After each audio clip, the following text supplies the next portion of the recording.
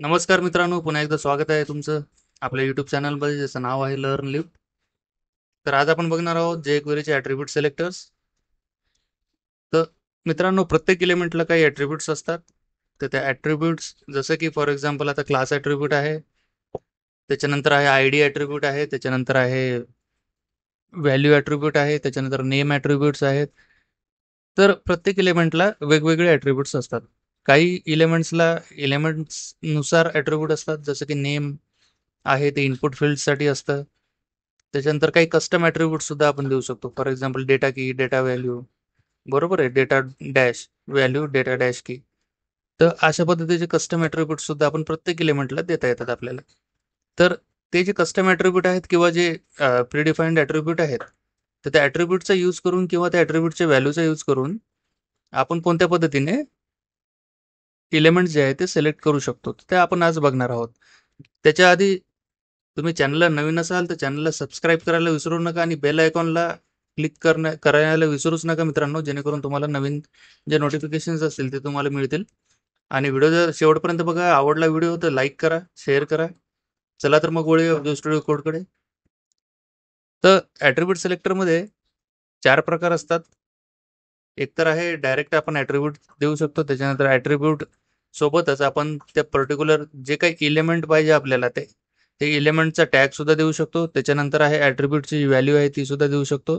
आणि चौथा प्रकार आहे एलिमेंटचा टॅग आणि त्याचे जे ॲट्रिब्यूट आहे त्याची व्हॅल्यू, म्हणजे तिन्ही कॉम्बिनेशन आपण देऊ शकतो. तर प्रत्येक कॉम्बिनेशन आपण बघूया आज. तर आता याच्यामध्ये बटन आहेत, बरोबर आहे.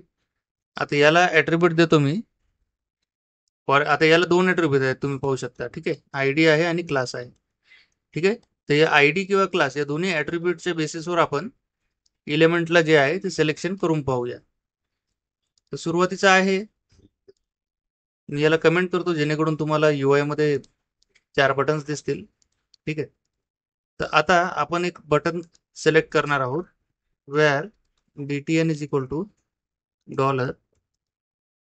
ठीक आहे. आता ॲट्रिब्यूट सिलेक्टर म्हणजे काय आहे, सरळ सरळ एक ॲट्रिब्यूट देतो मी. ठीक आहे, आयडी नावाचा एक ॲट्रिब्यूट देतो.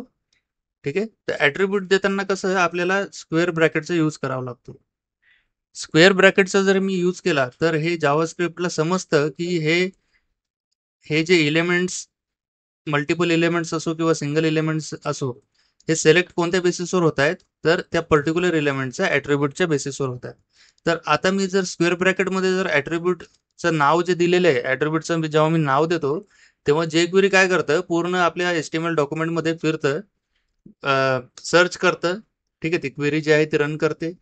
त्याच्यानंतर ज्या ज्या एलिमेंटचं ॲट्रिब्यूट आहे आयडी, तेवढे सगळे एलिमेंट जे आहेत ते आपल्याला याच्यामध्ये या व्हेरिएबलमध्ये आपल्याला मिळतील.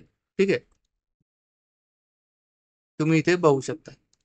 जेव्हा मी आता कन्सोल ओपन करेल, तुम्ही इथे पाहू शकता मला एवढे सगळे एलिमेंट्स मिळालेले आहेत, ज्याच्यामध्ये ॲट्रिब्यूट जो आहे तो आयडी अवेलेबल आहे. ठीक आहे. त्याच्यानंतर आहे, आता मला एवढे सगळे एलिमेंट नाही पाहिजेत. ठीक आहे, मला फक्त बटनच पाहिजेत किंवा मला फक्त बॉडी पाहिजे. ठीक आहे. तर त्या केसमध्ये मी काय करू शकतो, दुसरा एक प्रकार आहे त्याच्यामध्ये, याला मी कमेंट करतो. दुसरा एक प्रकार आहे, मी त्या एलिमेंटचं नाव देऊ शकतो. ठीक आहे. आता मी समजा बॉडी दिलं, तर तुम्ही पाहू शकता इथे फक्त एक एलिमेंट मला मिळालेला आहे, बॉडी, ज्याचा आयडी, ज्याला आयडी ॲट्रिब्यूट हा अवेलेबल आहे. बरोबर आहे. म्हणजे मला बॉडी पाहिजे ज्याला ॲट्रिब्यूट अवेलेबल आहे आयडी नावाचा, किंवा मी बटन सुद्धा घेऊ शकतो इथं, बटन ज्याला आयडी नावाचं ॲट्रिब्यूट आहे. तुम्ही बघू शकता इथे मला 4 बटन्स मिळालेले आहेत. 0 1 2 3, हे लेंथ जी आहे ती 4 आहे. या चारही बटनला आयडी नावाचा ॲट्रिब्यूट इथे अवेलेबल आहे, तुम्ही पाहू शकता. बरोबर आहे. तर अशा पद्धतीने तुम्ही फिल्टर करू शकता बेस्ड ऑन जे HTML एलिमेंट आहेत. ठीक आहे. त्याच्यानंतर आहे तिसरा एक वे आहे असा, तिसरी पद्धत अशी एक आहे की ॲट्रिब्यूटचं जे व्हॅल्यू आहे ते व्हॅल्यूच्या बेसिसवर सुद्धा आपण त्याला सिलेक्ट करू शकतो, कोणत्या पद्धतीने. तर आता मी काय करतो इथे, आयडी जे आहे, ठीक आहे, आयडी इक्वल्स टू, ठीक आहे, आयडी इक्वल्स टू, मला एक आयडी द्यायची. ठीक आहे. आता फॉर एक्झाम्पल मी button1 नावाची आयडी देतो इथे. ठीक आहे. म्हणजे मला असे इलेमेंट पाहिजेत की ज्याचा आयडी जो आहे तो बटन 1 आहे, असा एक मला इलेमेंट सर्च करायचा आहे. तुम्ही ते पाहू शकता ब्राउझरमध्ये. लेंथ 1 आहे आणि मला बटन विथ बटन आयडी जो आहे 1 तो मला मिळालेला आहे. ठीक आहे. हा एक प्रकार आहे. आणि त्याच्यानंतर शेवटचा असा एक प्रकार आहे मित्रांनो, शेवटचा असा एक प्रकार आहे ज्याच्यामध्ये तुम्ही इथे बटन जो आहे, जसं मी तुम्हाला व्हिडिओच्या सुरुवातीला सांगितलं होतं, तुम्ही टॅग नेम देऊ शकता. मला एक बटन पाहिजे ज्याचा आयडी button1 असा असला पाहिजे. बरोबर आहे.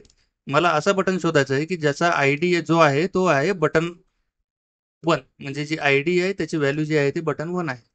ठीक आहे. तर तुम्ही पाहू शकता बटन मला मिळालेला आहे ज्याची आयडी आहे button1. बरोबर आहे. तर हे 4 प्रकार आहेत. तर प्रत्येक प्रकार मी तुम्हाला सांगितलेला आहे. तुम्हाला जर काही अडीअडचणी असतील तर तुम्ही व्हिडिओला कमेंट करू शकता. आणि व्हिडिओ शेवटपर्यंत पाहिल्याबद्दल धन्यवाद. आणि चॅनलला सबस्क्राईब करायला विसरू नका. आणि चॅनलला जे आहे बेल आयकॉन, तर बेल आयकॉनला तुम्ही क्लिक करायला विसरू नका. तर नेक्स्ट व्हिडिओमध्ये आपण घेऊया jQuery ॲट्रिब्यूट व्हॅल्यू सिलेक्टर. म्हणजेच आता सध्या या व्हिडिओमध्ये आपण ॲट्रिब्यूट सिलेक्टर पाहिले, तर पुढच्या व्हिडिओमध्ये आपण ॲट्रिब्यूट व्हॅल्यू सिलेक्टर सुद्धा बघणार आहोत. तर जोडून राहा चॅनलला. धन्यवाद मित्रांनो.